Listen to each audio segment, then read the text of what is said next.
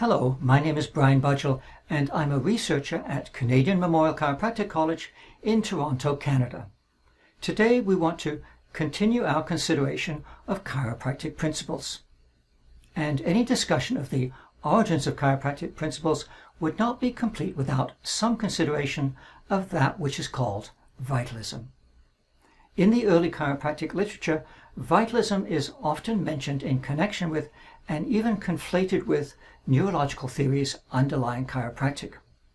What we want to do today is to tease those ideas apart and take a good look at what I will call the scientific basis of vitalism.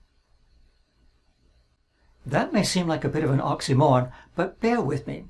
Vitalism actually comes in many flavors, and some of them continue to enjoy currency today. So vitalism is not all about archaic thinking, and it was a substantial improvement on what came before it. In seeking to understand the great mystery of what is life, scientific thinking has undergone admirable evolution. Prior to vitalism, a popular biological theory for the origin of life was what we would call spontaneous generation. Spontaneous generation allowed that living things could spring fully formed from non-living constituents. Medieval texts describe dead leaves falling from trees and landing in water to become fish, or landing in the grass and turning into partridges. People observed toads crawling out of the lifeless soil in springtime, or previously lifeless pools of water suddenly teeming with tadpoles. Especially prior to microscopy, it is easy to understand how these misconceptions would endure. In fact, it was microbiologists who in many ways were responsible for the evolution from spontaneous generation to vitalism, and later from vitalism to what we might call mechanistic views of life. Among the early experiments testing spontaneous generation were many studies where scientists attempted to sterilize containers of cooked organic matter to then see if evidence of life would develop. As you would imagine, there were some early experimental failures, but pretty soon it became apparent that sterilized nutrients only gave way to life when exposed to the unclean environment.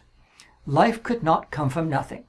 It needed to be seeded, an important biological principle. A similar experiment that many of us learned about in school was that in which samples of meat were laid out in dishes, some of which were covered with gauze.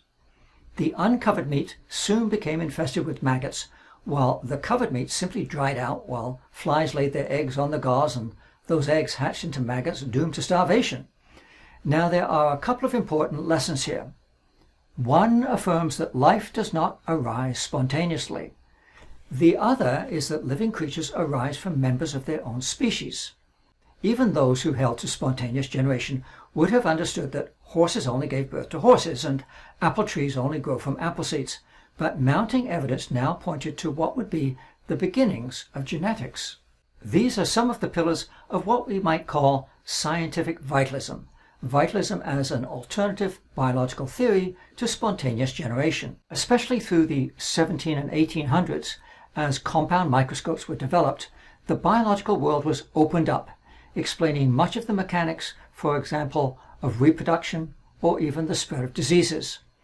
These same discoveries, which spelled the end of spontaneous generation, however, also opened vitalism up to critical examination. Here perhaps we need to pause and define what I've called scientific vitalism. This type of vitalism does not take refuge in religious beliefs of some unknowable force beyond human understanding.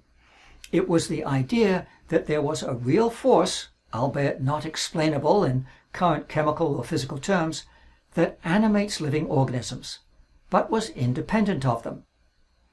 This gives rise to a number of corollaries, including that life persists after the vessel, meaning the cell or the animal or the human body, has become inanimate, has died.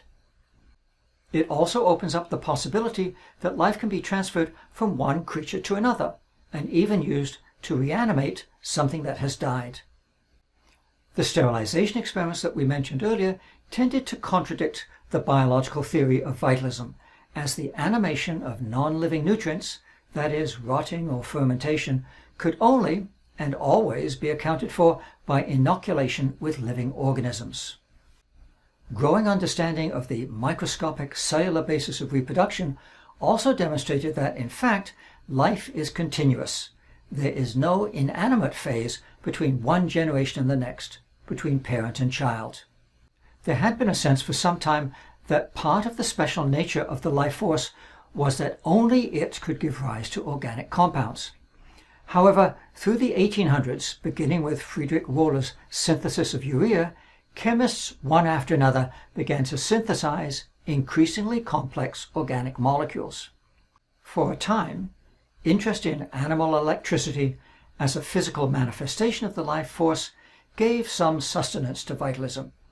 But through the 1800s, increasingly sophisticated electrophysiological experiments demonstrated that previously mysterious processes of life could be explained in physical and chemical terms.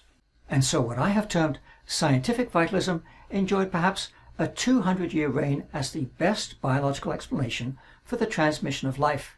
But by the late 1900s, it had pretty much run its course.